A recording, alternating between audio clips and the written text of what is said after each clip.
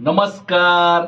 बरेच जण सांगतात की तो मुंड्याचा आकाराचा सेप येत नाही आम्हाला किंवा गळ्याचा आकाराचा सेप देता येत नाही.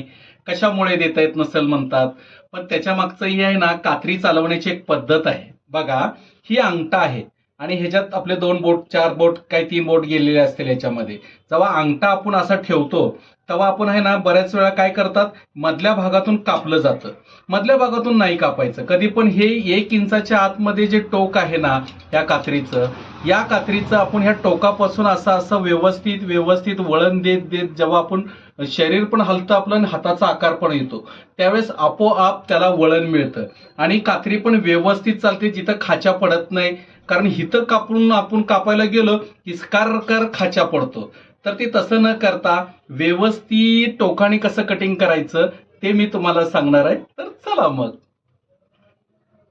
तर बघा, आता आहे ना, मी हे अस्तर सगळं मांडलेलं आहे. कटिंग केल्यानंतर ना आहे ना, आपण पूर्ण जे अस्तर आहे ना पाहिजे त्या ठिकाणी आपण व्यवस्थित मांडायचं. जो पाठीमागचा भाग असेल, जो योगपीस असेल, फ्रंटचा भाग असेल त्या सरळ कापडामध्ये आणि हा कटोरीचा क्रॉस मध्ये असेल, बरोबर. तर आता ह्याला कसं कट करायचं तुम्हाला मी दाखवतो. हे बघा, तुम्ही बघू शकताय. हे बघा, आता हे काय करायचं माहिती आहे का, इथून बरोबर आहे ना सरळ ह्या दिशेत असं कट करायचं. हे बघा, टोकानी कट करत राहायचं म्हणजे याला खाचा पडत नाही आणि सरळपणा येतो. आता हे गळ्याचे इथे पण बघा 5 इंच आपण एवढंच अंतर ठेवायचं जे अस्तर फिट करण्यासाठी. हे बघा, एवढंच ठेवायचं. आता टोकानीच मी कापतोय, तुम्ही बघू शकता. हे टोकानी कापतोय. असं मधून कापलं ना असं खाचा पडतो. त्यामुळे असं हे बघा, टोकानी कापलं की ह्याला कटिंगला आपल्या खाचा पडत नाही. मग त्याच हिशोबाने बघा, एवढंच अंतराने बघा मी अगदी 1 इंचाच्या हिशोबातच एवढं कटिंग करतोय, जेणे की त्याचं फिनिशिंग येतं कटिंगचं आणि त्याला अगदी कर्वे येत नाहीत.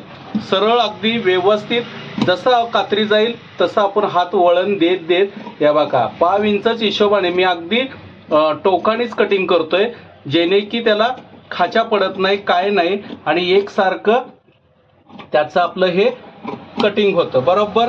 तो हा भाग कटिंग झाला की अलगद असा उचलून साईडला ठेवायचा. परत ह्याला जागा घ्यायची आपल्याला जसं सोयीस्कर होईल तसं. पुन्हा या बघा, मी अगदी 1 इंचाच्याच हिशोबाने हे व्यवस्थित कटिंग करत जातो, बरोबर ना. मग जसं आपल्याला दिशा मिळते तसे आपण हे कटिंग केलं पाहिजे. या बघा, अस्तर जरी असलं, साईडने सिल्क जरी असलं, आपण त्यावेळेस कट करून बाहेरनं शिवण करताना काढून टाकणार आहे, तरी सुद्धा त्याचं एक फिनिशिंग असतं. ते करण्याची, कटिंग करण्याची आपली पद्धत असते. उगीच सिल्क कापड वायाला घालवणं ते पण बरोबर नाही. हे बघा, मी अगदी टोकापासून कट करतोय, असं मध्ये आज कात्री घालत नाही, त्यामुळे कटिंग व्यवस्थित होत नाही. हे बघा, तुम्ही बघू शकताय. बघितलं का, अगदी 5 इंचाच्या हिशोबाने मी साईडला कापड ठेवलेलं आहे आणि अस्तर मात्र व्यवस्थित आहे. हे बघा, हा भाग अलगद आपल्याला असा काढून घ्यायचा आहे, बरोबर. मग आता हा योग पीसचा इथं भागात आलो बघा. इथे आहे ना, अगदी सरळ ह्या दिशेने एवढंच अंतराने कट करायचं आणि यालाही अगदी 2-3 इंचाचा अंतर घेऊन सरळ भाग असला की 2-3 इंच. हे बघा, सरळ भाग असला ना तर तुम्ही सरळ असं मधल्या भागाने थोडं कट करू शकता.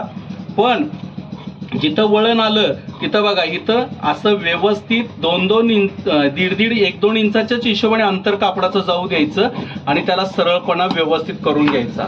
म्हणजे बघा, हे पण व्यवस्थित कटिंग झालेलं आहे. आता हा कटोरीचा भाग बघा, आता इथं वळण येईल, तुमच्या लक्षात येईल, पाहू शकता तुम्ही. या बघा, तर ह्याला व्यवस्थित करून घ्यायचं, अजिबात कापड हलवू द्यायचं नाही. आणि ह्याला सुद्धा बघा, आता इथून कापलं ना बघा, असं कापलं की असं होतं, तसं नाही कापायचं. त्याला एवढंच अंतर द्यायचं. या बघा, अगदी व्यवस्थित. सिल्कचं कापड पण आपलं वायाला जायला नको, कारण कटिंग करायचं आणि शिवायचं तर असतंच. आता ते काढून टाकणार आहोत, पण त्याला पण एक फिनिशिंग आहे, त्याला ही काम करण्याची आपली पद्धत असते.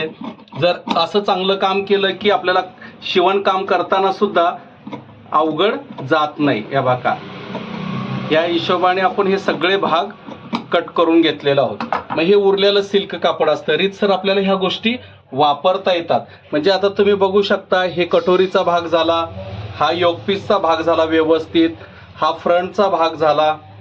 या बघा, फ्रंटचा भाग झाला, यालाही व्यवस्थित ठेवलं. हा बॅक साईडचा भाग झाला, त्याच्यामध्ये हे सगळं, ही बॅक साईड अगोदर अशी ठेवायची, त्याच्यामध्ये हे व्यवस्थित हे आपण मधले भाग केलेले असते फ्रंटचे सगळे त्याच्यात ठेवायचं. त्यानंतरनं बघा हे बाहीचं कटिंग केलेलं बाहीचं असं व्यवस्थित ठेवायचं. मग हे सिल्क ठेवायचं आणि त्याच्यासोबत अस्तर ठेवून आता हे जे काही काठ वगैरे काढलेलं असेल तेही न विसरता याच्यामध्ये ठेवायचं अलगद.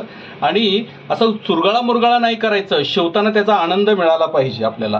हे बघा हे अलगद व्यवस्थित ठेवून हे बघा अशी याची गोल अशी चांगली गुंडाळी करायची.